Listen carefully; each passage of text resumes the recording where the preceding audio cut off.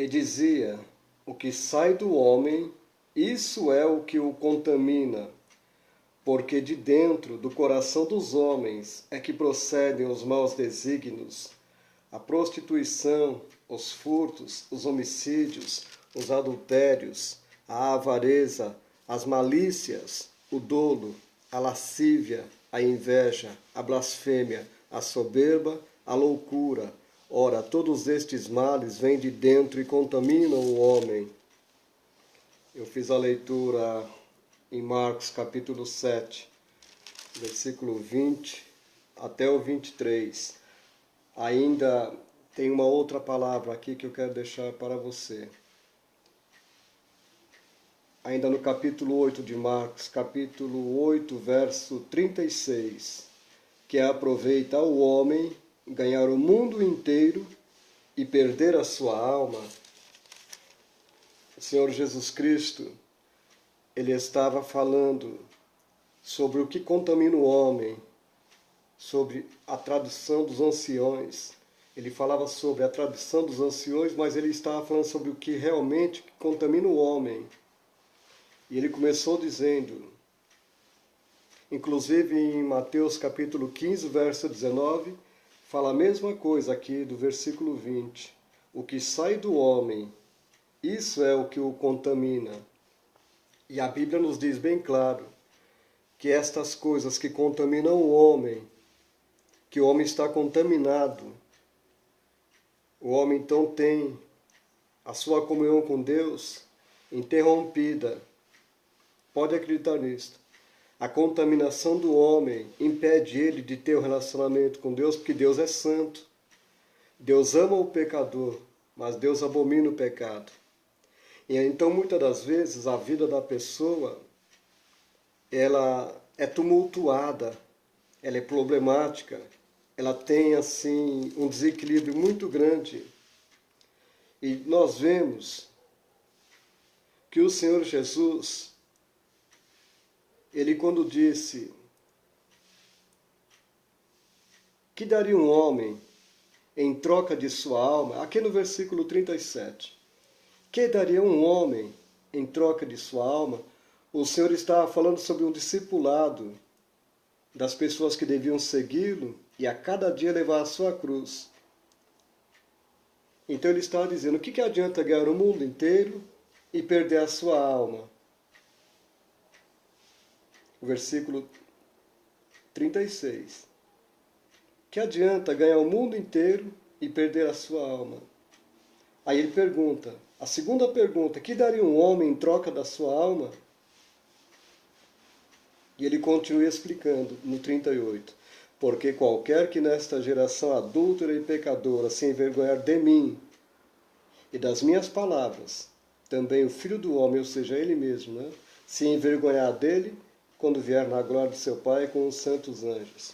Jesus estava convidando os homens para um padrão de vida diferente, para uma situação de vida diferente, para que eles andassem em novidade de vida, para que deixassem a velha vida para trás, a velha vida de pecado para trás.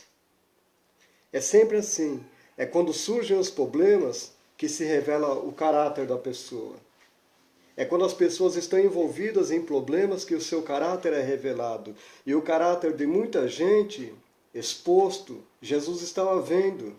Então estava convidando eles para uma nova caminhada, para terem um estilo de vida diferente.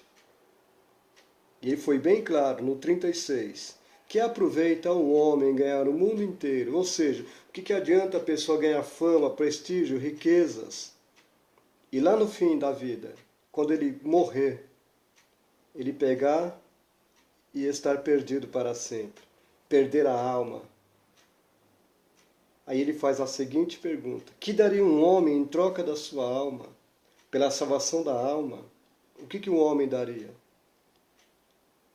O Senhor Jesus estava falando aqui de renúncia, da pessoa cair em si, na realidade, e ver a sua miséria, como estava vivendo o filho pródigo quando deixou a casa do pai. A vida dele estava em miséria. Mas ele lembrou-se que tinha um pai. Ele lembrou-se que tinha um lugar para morar. Ele lembrou-se que tinha alguém que o amava. Ele lembrou-se que tinha alguém que o protegia. Ele lembrou-se que tinha alguém que o tinha trazido a este mundo. Era o seu pai. É sempre assim. Os homens precisam retornar para Deus. O mundo, o que mais precisa hoje? Não é de tecnologia. Não é de computadores velozes. Não é desta ciência tão avançada que existe em todas as áreas da vida. O que o mundo hoje precisa, o mundo só precisa de Deus. As pessoas andam de um lado para o outro, questionando, fazendo a seguinte pergunta: por que minha vida é o que é e não é do jeito que eu gostaria que fosse? As pessoas se perguntam todos os dias desta maneira. As pessoas perguntam para si mesmas, as pessoas estão cansadas de se perguntarem: por que é que minha vida não muda? Por que é que eu tenho que viver deste jeito todos os dias? A minha vida é apenas uma repetição de dias, de canseira, de enfado, de aborrecimento, de frustração. E muitas entram pelo caminho da bebida, das drogas, entram para certos caminhos ruins, para fugir da realidade da vida, porque a vida é pesada para eles, o sofrimento é pesado. Muitos tentam o suicídio e, infelizmente, muitos chegam ao próprio suicídio. As pessoas ficam agitadas com esse questionamento na sua vida. Por que minha vida ela é o que é e ela não é do jeito que eu gostaria que fosse? As pessoas estão parecendo a história de um menino que eu conheço. Um certo dia, um menino, ele estava em uma mansão e de repente ele foi brincar com um vaso muito precioso, muito caro, mas o vaso era pequeno. O menino também era pequeno, o menino não tinha juízo. E o menino de repente enfiou a mão dentro do vaso. Depois ele não conseguia tirar a mão do vaso. Aí começou a dar um desespero nos pais do menino. O menino não tinha como tirar a mão do vaso. O vaso era precioso, ele era valioso, era muito caro. E ali com a mão presa, começou a haver ali um problema que ninguém conseguia resolver. Ele não conseguia tirar a mão, ninguém ia querer quebrar o vaso. Aí o menino estava com a mão fechada e o pai insistia: meu filho, abra a mão para você tirar a mão. A tua mão está fechada? Ele falava: está fechada. Então ele dizia: abra a mão para que você tire a mão. Mas eu não posso abrir a mão. Por que você não pode abrir a mão? Eu não posso abrir a minha mão porque eu estou segurando a minha moeda de $1. Eu estou segurando o meu dólar. Abra a mão, meu filho. Abra a mão, papai te dá outra. Papai te dá 2 moedas. Papai te dá um monte de moedas. Abre a mão, deixa essa moeda aí. Aí o menino deixou a moeda, abriu a mão e assim resolveu o problema. O nosso problema, o problema do ser humano, muitas das vezes, se parece com o deste menino. Tem coisa preciosa à sua volta, mas ele está com a mão enfiada como que dentro de um vaso, segurando a sua moedinha. E ele não quer abrir mão. Mas é necessário aprendermos a abrir mão daquilo que às vezes parece que é bom, para ficarmos com aquilo que é melhor. Jesus é melhor. Nós vemos que o Senhor perguntou: que aproveita o homem ganhar o mundo inteiro? Que daria o homem em troca da sua alma? Mas as pessoas continuam inquietas. Agora nós temos que lembrar que Jesus, o Filho de Deus, ele viveu com a realidade que Deus preparou para ele vir ao mundo. Veja, Deus, o Senhor, fez com que o seu Filho viesse para a terra e vivesse com a realidade do ambiente onde nasceu, onde vivia seu pai e a sua mãe, os seus parentes, que tornaram seus parentes com o seu nascimento. Deus não preparou um palácio de ouro para Jesus. Deus não preparou pais ricos para Jesus. Deus não preparou coisas maravilhosas para o seu filho. Não. Deus deixou Jesus viver na realidade do dia a dia que aquelas pessoas viviam. Nós temos que entender que Jesus viveu com a realidade que Deus preparou para ele. Certa ocasião ele disse: as raposas têm covis, mas o Filho do Homem não tem onde reclinar a cabeça. Os passarinhos têm os seus ninhos. Jesus falou bem claro: o Filho do Homem não tem onde reclinar a cabeça. Então Deus preparou para Jesus aquele contexto de vida que ele vivia. E Jesus, você nunca vai ler na Bíblia que Jesus reclamava ou fez alguma referência que ele sofria ou que ele não estava contente com a vida que ele vivia ali. José, a sua mãe Maria, e ele ali, naquela família simples, pobre, como acontece com a maioria de nós. Pessoas simples, pessoas do povo, pessoas pobres. Jesus nunca reclamou do contexto de vida que ele vivia. Ele vivia no contexto de vida que Deus preparou para ele. Lembre-se desta realidade que eu vou te dizer. Guarde isso em teu coração. Deus, Ele quer trabalhar em nosso coração.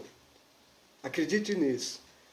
A nossa mudança, a nossa transformação para melhor, ela acontece quando nós permitimos Deus trabalhar em nosso coração. Quando eu falo nosso coração, entenda o intelecto, o teu sentimento e as tuas emoções. Para servir a Deus de uma maneira agradável, proveitosa, que agrada a Deus, devemos servir a Deus de todo o nosso coração. Então, todo o nosso coração, ele envolve o nosso intelecto, os nossos sentimentos e as nossas emoções. O nosso intelecto, ele tem que ser trabalhado pelo Espírito Santo. Ele tem que ser ajustado, ele tem que ser posto em harmonia com Deus. Os nossos sentimentos precisam ser trabalhados. O nosso sentimento precisa estar ajustado do jeito que Deus quer que ele esteja. Os nossos sentimentos, as nossas emoções, elas devem também ser trabalhadas pelo Espírito Santo. Então, quando está ajustado o nosso intelecto com o nosso sentimento e as nossas emoções, aí sim podemos dizer que estamos servindo a Deus com todo o nosso coração. A angústia das pessoas é o seguinte: elas querem transformar as circunstâncias em redor de onde elas vivem, dos lugares onde elas frequentam, dos lugares onde elas estão. Essa é a angústia das pessoas. Elas querem transformar as circunstâncias em redor, mas o problema é que elas permanecem as mesmas. Elas não querem mudar. Elas querem que as circunstâncias, que o ambiente onde vivem seja mudado, para que elas tenham mais conforto, para que elas vivam melhor. Elas acreditam que assim a coisa melhora, funciona, desenvolve. Elas querem que as coisas em seu redor, que essas circunstâncias em redor se modifiquem do jeito que elas querem. Mas elas querem permanecer as mesmas pessoas, elas não querem mudança. Porque elas acreditam que nas mudanças externas vão mudar também o interior. Mas acontece que isto não muda. Não é verdade, isto não muda. As pessoas estão acreditando, muitas acreditam, que mudanças externas vai mudar também o interior, mas não muda. O Evangelho, ele faz o quê? Ele faz com que a pessoa seja transformada de dentro para fora. Essa é a realidade do Evangelho. A pessoa é transformada de dentro para fora. É a transformação interna, começa de dentro. Aquelas coisas ruins que eu li agorinha aqui, são essas coisas que contaminam o homem. São essas coisas que faz com que a vida da pessoa esteja ruim. São essas coisas que atrapalham.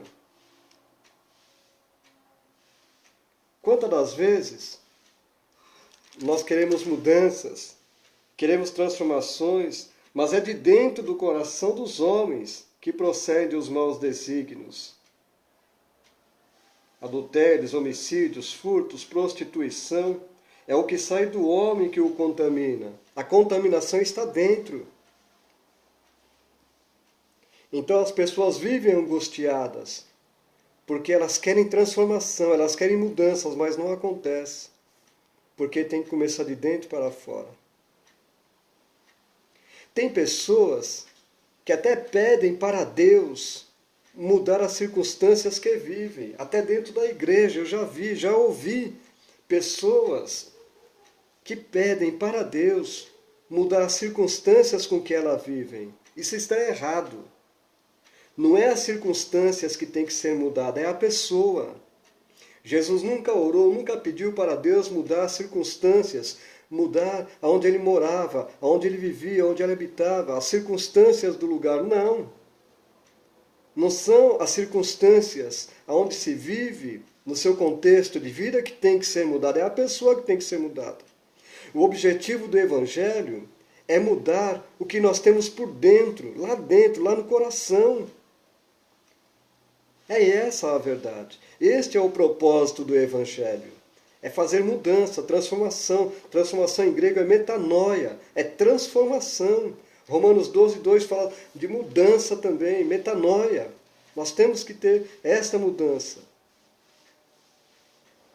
É o que nós temos por dentro, é o que temos no coração que tem que ser mudado. Mesmo que por fora não mude, mesmo que por fora aparentemente as coisas não mudem, o ambiente, o lugar onde se vive, mesmo que por fora parece que não esteja havendo mudanças, tem que ser por dentro o início da mudança, o início da transformação. Se você quer ter uma vida próspera, abençoada, para glorificar a Deus, lembre-se, você não precisa de muita coisa para deixar esta vida estragada. Basta apenas segurar uma moeda. O menino está segurando uma moeda. Enquanto a pessoa está com a mão fechada, o menino está segurando com a mão fechada. O pai disse, abra a sua mão, tire a mão de dentro do vaso, que eu te dou muitas moedas. Deus está dizendo para você também. Abre mão. Abre mão dos seus direitos. Mas eu estou certo, eu estou certa. Não, Deus está dizendo, abra a mão. Tire a mão. Olha o prejuízo, tire a sua mão, eu te dou mais. Se você abrir a tua mão, estender a tua mão, eu te dou mais. Eu vou suprir na sua vida. Esse é o detalhe. Se você quer mudança de vida, metanoia, transformação para a tua vida, que tal você começar a fazer isto? Que tal você começar a dar ouvidos à palavra de Deus? Que tal você ouvir melhor a palavra do Senhor? A palavra ouvir, a palavra ouvido é importante para você aqui neste momento. Você dar ouvido à voz de Deus. Para você ouvir a voz do Senhor. A Bíblia nos fala bem claramente. Quem tem ouvidos, ouvido em grego é ous, ou-s, ous. Mateus 10:27, Mateus 11:15, Mateus 13:9. E nas 7 cartas do Apocalipse, quando o Senhor pediu para João escrever as cartas para as 7 igrejas, ele falou, quem tem ous, ou quem tem ouvido, que ouça. Ouvir em grego é akouo,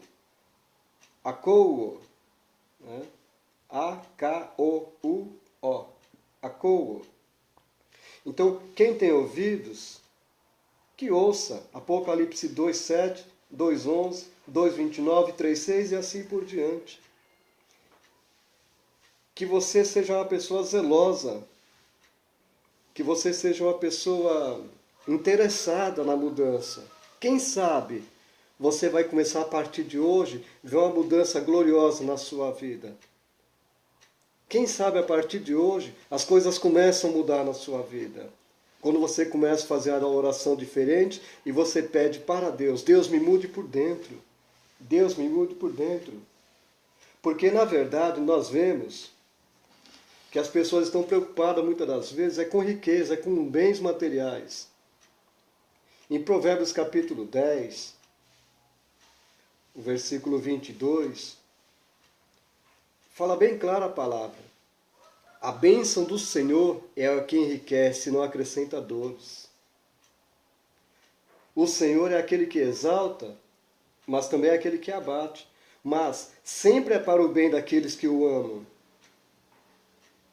Deus ele exalta o homem. Deus ele honra, Deus ele engrandece, Deus dá riqueza, Deus dá prosperidade. Mas ele também abate, ele tira, ele diminui, ele coloca o homem lá no pó. Mas quando Deus, mesmo quando abate uma pessoa, Deus sempre faz isso para o bem daqueles homens, daquelas pessoas que ele age desta maneira, porque Deus os ama.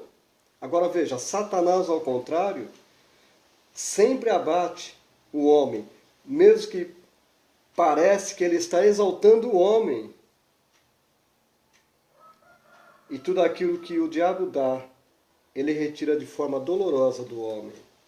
Deus dá prosperidade, Deus dá riqueza, e Deus às vezes pode abater o homem, que está na soberba, na vaidade. Deus diminui, ele dá, ele aumenta, engrandece, mas ele diminui.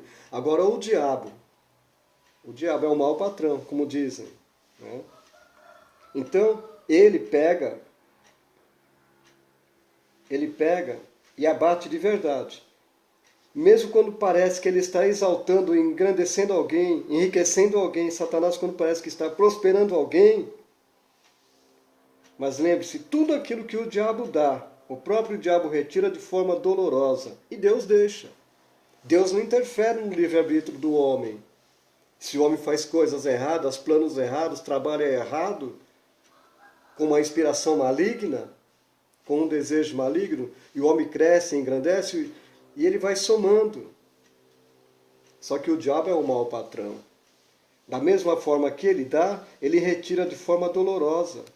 Mas veja, em Deus, no Senhor, até mesmo as perdas que nós temos, até mesmo a nossa morte física, é para a nossa glorificação e proveito. Até mesmo a nossa morte física.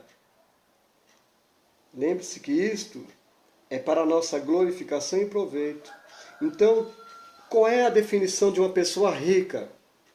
Qual é a definição?